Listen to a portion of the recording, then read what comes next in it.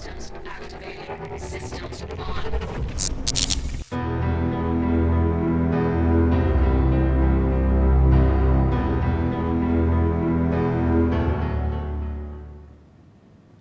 Hello everyone and welcome to another episode of Leadnap Gaming.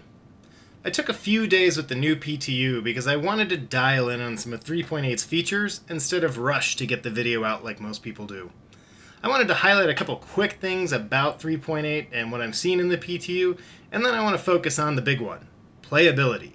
Before I go into that though, I want to take a quick moment just to say thank you to you guys. The comments sections have been busy with some amazing discussion.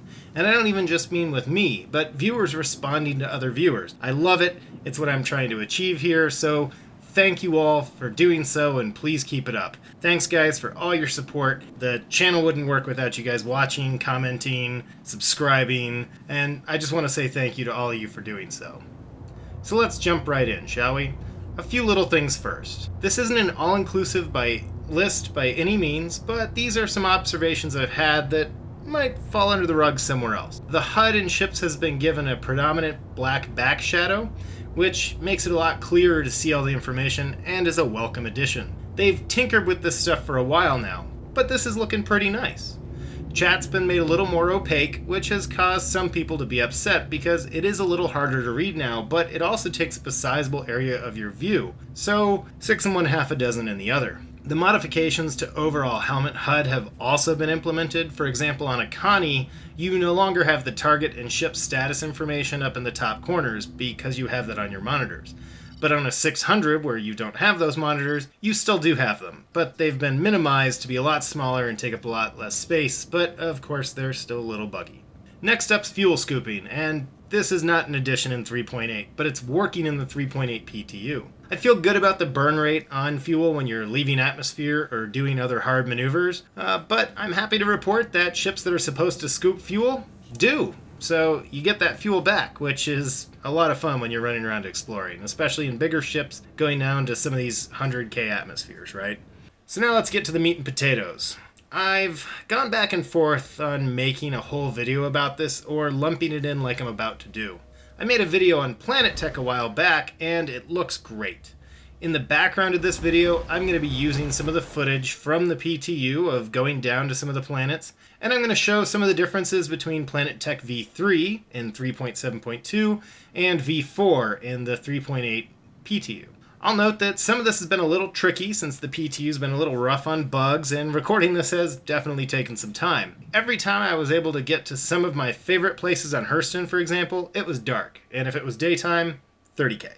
So let's just start with that, because my intent in this video is to lay the foundation for a common understanding going into 3.8.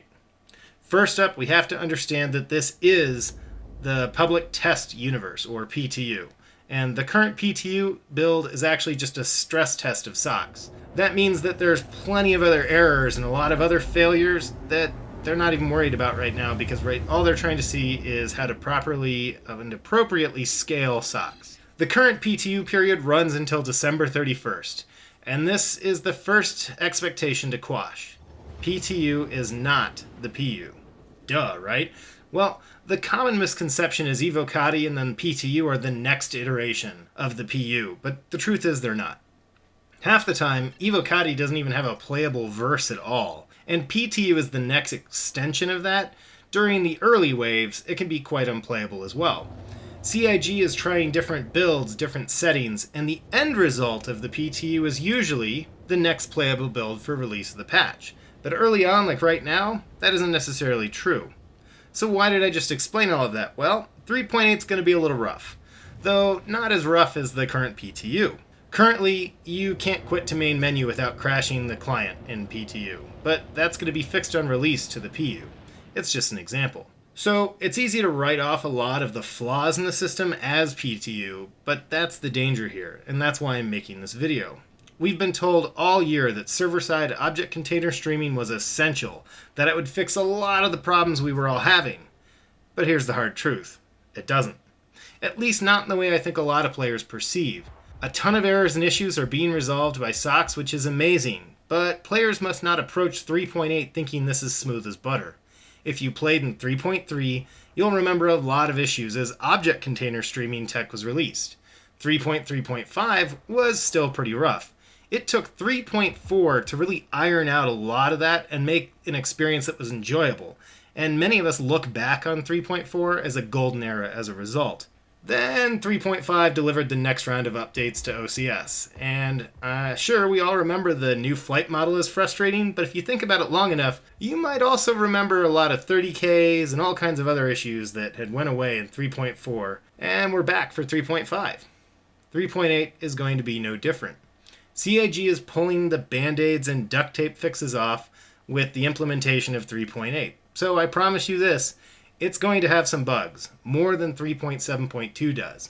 Getting in the 300, for example, you can see that the server loses track of where the animation should put me.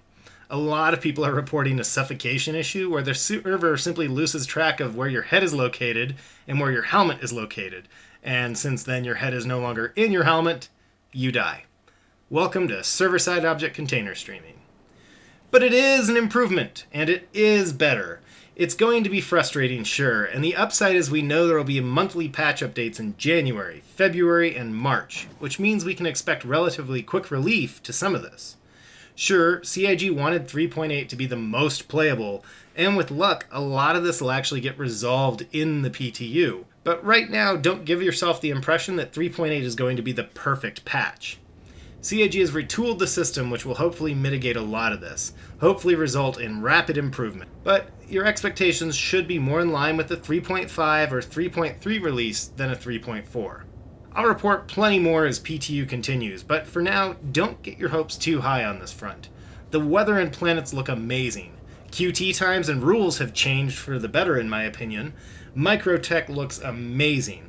What 3.8 features are you most excited to see? Let's talk about those in the comments. As always, don't forget to like and share this video, subscribe if you haven't, and I will catch you all next time.